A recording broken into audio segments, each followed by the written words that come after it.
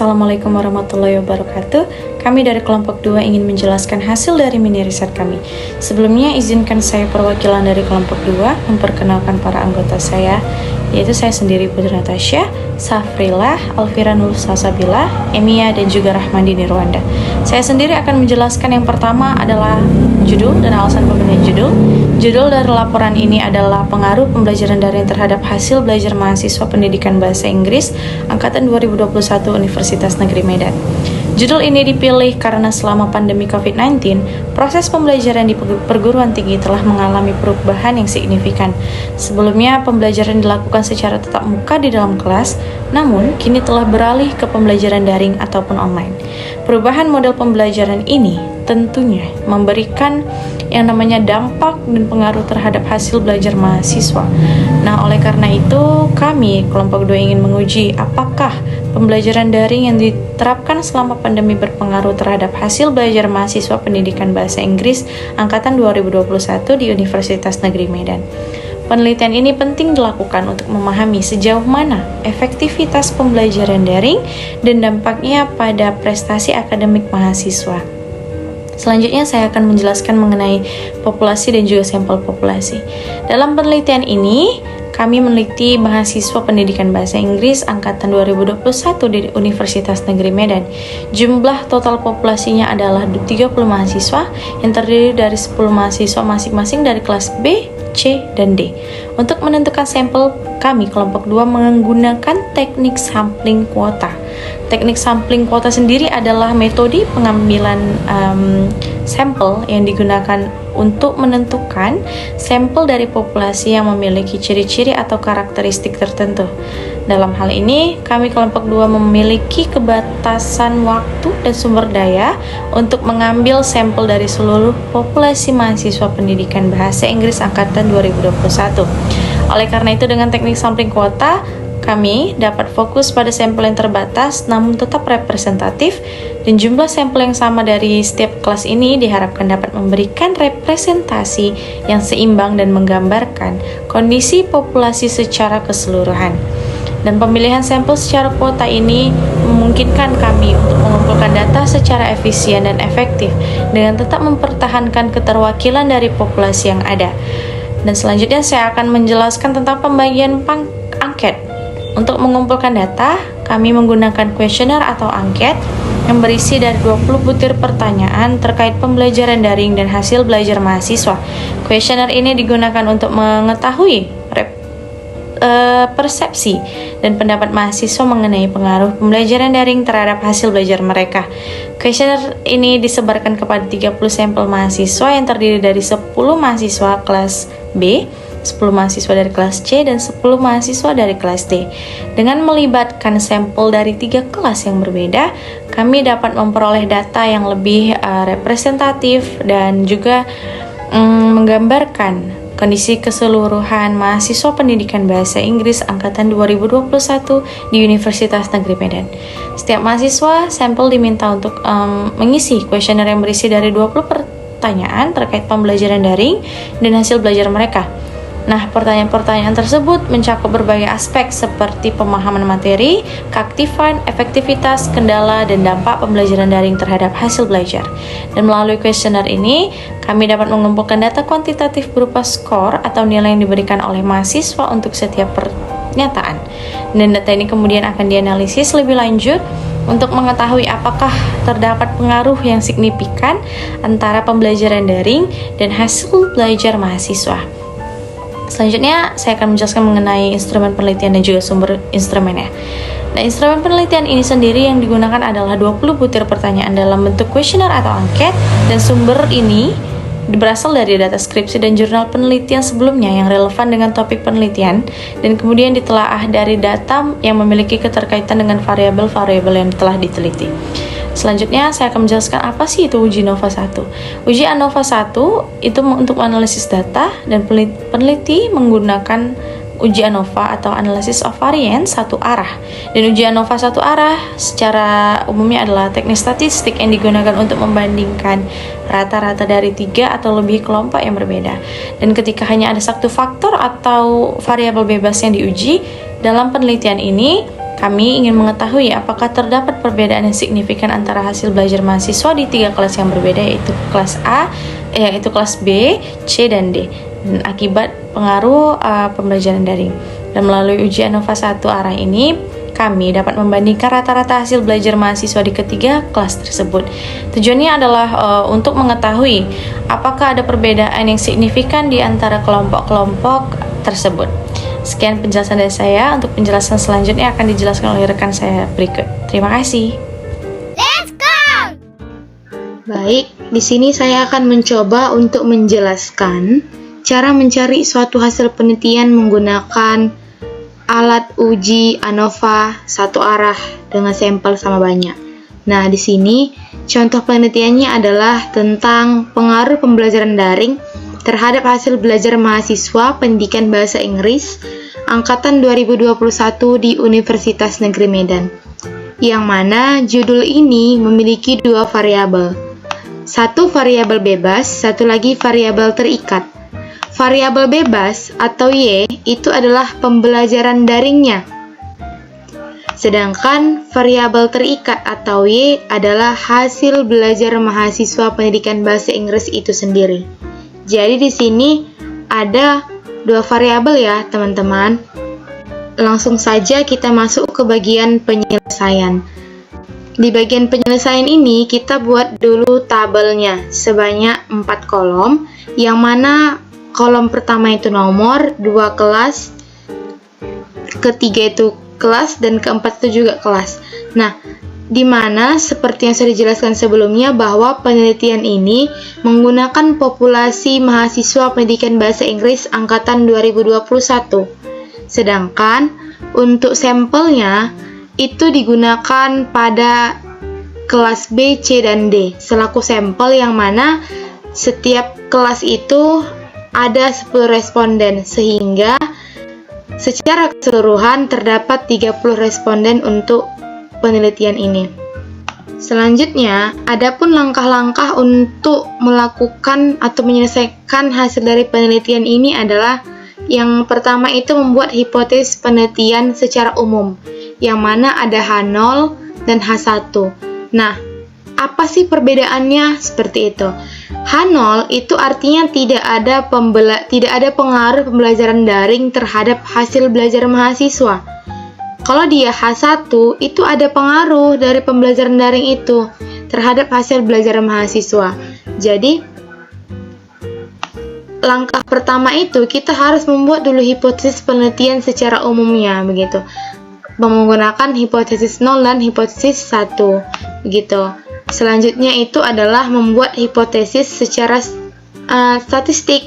Itu ada H0 dan H1 juga, dan cara bacanya seperti ini, teman-teman. Nah, H0 sama dengan new1 sama dengan new2 sama dengan new3. H1 new1 tidak sama dengan new2 tidak sama dengan new3 gitu. Itu cara bacanya, teman-teman. Jadi H0 ini artinya secara hipotesisnya itu tidak ada pengaruh gitu. Kalau misalnya H1 itu ada pengaruh akan pembelajaran daring itu terhadap hasil belajar mahasiswa. Selanjutnya kita membuat taraf signifikansinya. Di sini taraf signifikansinya adalah 5%. Nah, lanjut membuat uji apa yang digunakan untuk penelitian ini, yaitu uji ANOVA 1 arah sampel sama banyak. Kenapa sama banyak? Dikarenakan di sini ada 3 kelas dengan sampelnya itu yang sama, gitu. Banyaknya sama. Nah, di sini masuk kita ke kaidah pengujian. Dalam kaidah pengujian itu terdapat 2. Yang pertama, jika F hitung lebih besar daripada F tabel, maka H0 atau hipotesisnya ditolak. Namun, jika F hitungnya lebih kecil daripada F tabel, maka H0 atau hipotesisnya diterima. Ini yang nanti akan kita buktikan apakah F hitung atau F tabel itu lebih besar atau lebih kecil. Sehingga kita bisa memastikan sehingga kita bisa memastikan hipotesisnya ditolak atau diterima, seperti itu. Nah, next kita akan membahas tentang Cara menentukan F hitung dan F tabel. Yang pertama itu adalah kita membuat tabel penolongnya. Nah, di sini ada 7 kolom, ya. Ada kolom nomor X1, X2, X3, X1 pangkat 2, X2 pangkat 2, dan X3 pangkat 2. Nah, teman-teman bisa lihat sendiri, di sini ada jumlah atau sigma itu dari 70 ditambahin ke 57, hasilnya 624. Begitu seterusnya sampai yang X3. Oke, selanjutnya X1 pangkat 2 itu hasilnya ini didapat dari 70 dipangkatkan 2, maka hasilnya 4900. Begitu seterusnya sampai hasil dari ini adalah ini, teman-teman. Nah, jadi untuk mencari sigma keseluruhan dari ini rumusnya. X1 ditambah X2 ditambah X3 itu sampai hasilnya 1829. Selanjutnya itu cara menambahkan X1 yang pangkat 2 tadi sampai X3 pangkat 2 itu sama dengan cara menambahkan sigma X1 tadi. Hingga hasilnya dapat 114.620. Jadi ini itu teman-teman dapatnya dari sini ya. Oke, lanjut. Nah, di sini langkah kedua dari menentukan F tabel tadi, menentukan F hitung tadi adalah menentukan jumlah kuadrat atau JK untuk beberapa sumber variansi. Jadi ada 3. Yang pertama total atau T, yang kedua antar atau A, dan yang ketiga itu dalam atau D. Nah, ini penggunaannya seperti ini. Nah, penjelasannya adalah di mana N1 atau X1 ini tadi berjumlah 10 sampai dengan X3. Itulah dia bentuk sampel sama banyak tadi. Dia akan sama dari N1 sampai N3-nya itu banyak, sampelnya itu sama gitu. Nah, dan NT itu hasil dari ketiga ini ditambahin. Hasilnya 30 secara keseluruhan. Jadi responden itu ada 30 keseluruhan seperti itu. Oke, kita mencari JKT. JKT itu cara mencarinya adalah EXT, hasil dari EXT ini tadi, sini, dikurang EXT pangkat 2, hasil ini. Oke. Nah, di sini EXT2 ini tadi, ya ini hasilnya ya.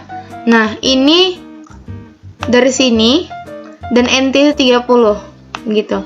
Hasil ini dikurang dengan hasil ini, maka dapatlah hasilnya 3111,97. Selanjutnya kita mencari JKA atau JKT tadi ini total ya teman-teman. Kemudian A ini adalah antar. Untuk mencari antar rumusnya ini, kemudian kita gunakan seperti ini. Semuanya per 10 kecuali yang ini itu per 30 dan itu hasilnya, dan itu hasil dari penjumlahan ini akan kita kurangkan dengan ini. Nah, seperti ini teman-teman. Dapatlah dia 48,87 untuk JKA-nya. Selanjutnya itu ada JKD atau bagian jumlah kuadrat dalam. Itu ada JKT, hasil dari JKT tadi ini dikurang dari hasil JKA, jumlah kuadrat antar, itu dapat hasilnya segini, 3063,1. Kemudian kita mencari nilai derajat kebebasan atau DK. Sama ya, kalau misalnya dia T itu total, A itu antar, D itu adalah dalam. Jadi cara mencari nilai derajat kebebasan itu seperti ini. Derajat kebebasan total itu total keseluruhan berapa? Ada 30 ya, dikurang 1 menjadi 29 gitu.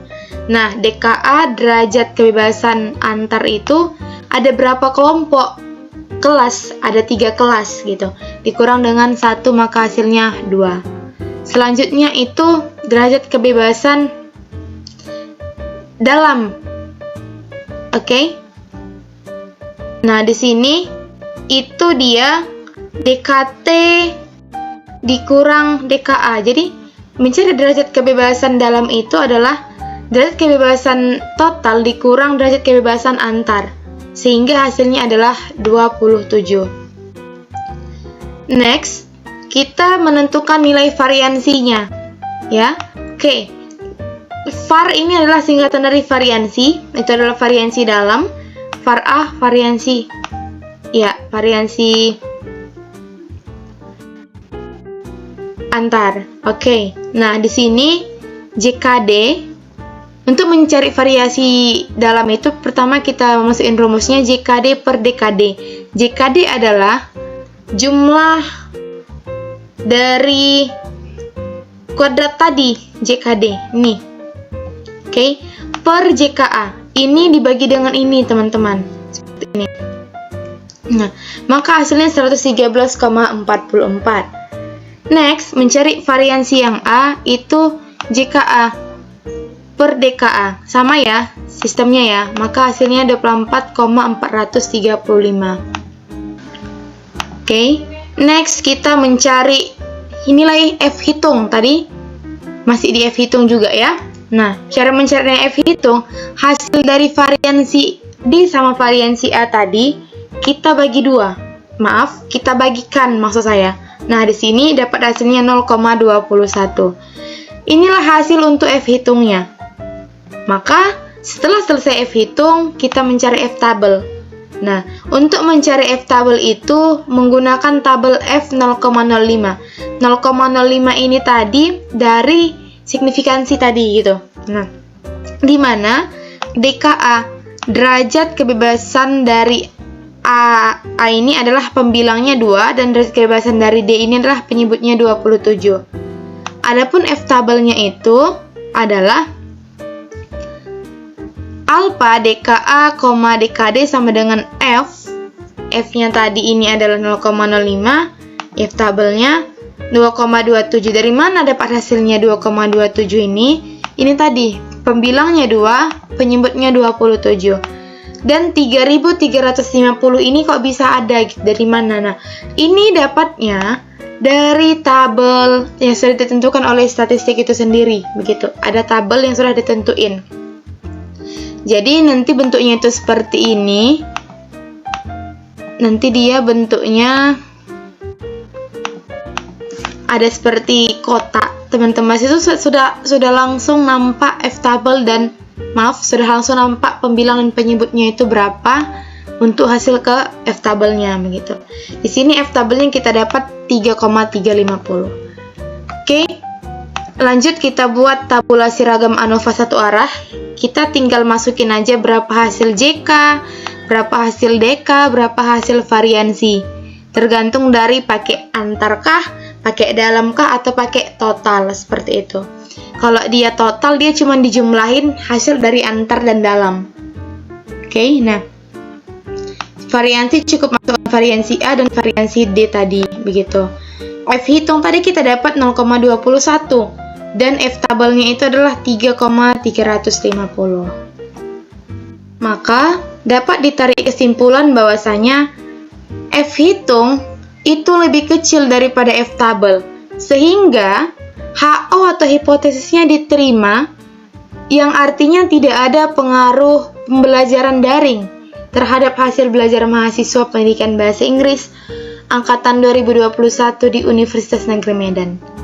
Seperti itu. Jadi, jika tadi F hitungnya itu lebih besar daripada F tabel, maka hipotesisnya ini ditolak. Artinya apa? Artinya ada pengaruh begitu. Sedangkan ini diterima, artinya tidak ada pengaruh.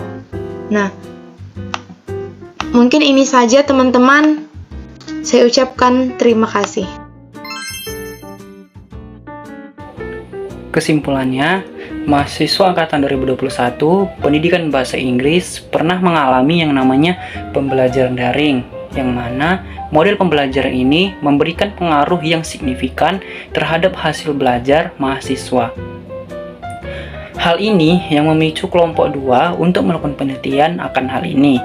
Penelitian ini dirancang dengan diskusi sesama anggota kelompok, lalu menentukan populasi dan sampel, merancang instrumen penelitian yang dilihat dari beberapa jurnal dan sumber skripsi yang relevan dengan penelitian ini, menyebarkan angket berbentuk Google Form, dan menganalisis hasil angket.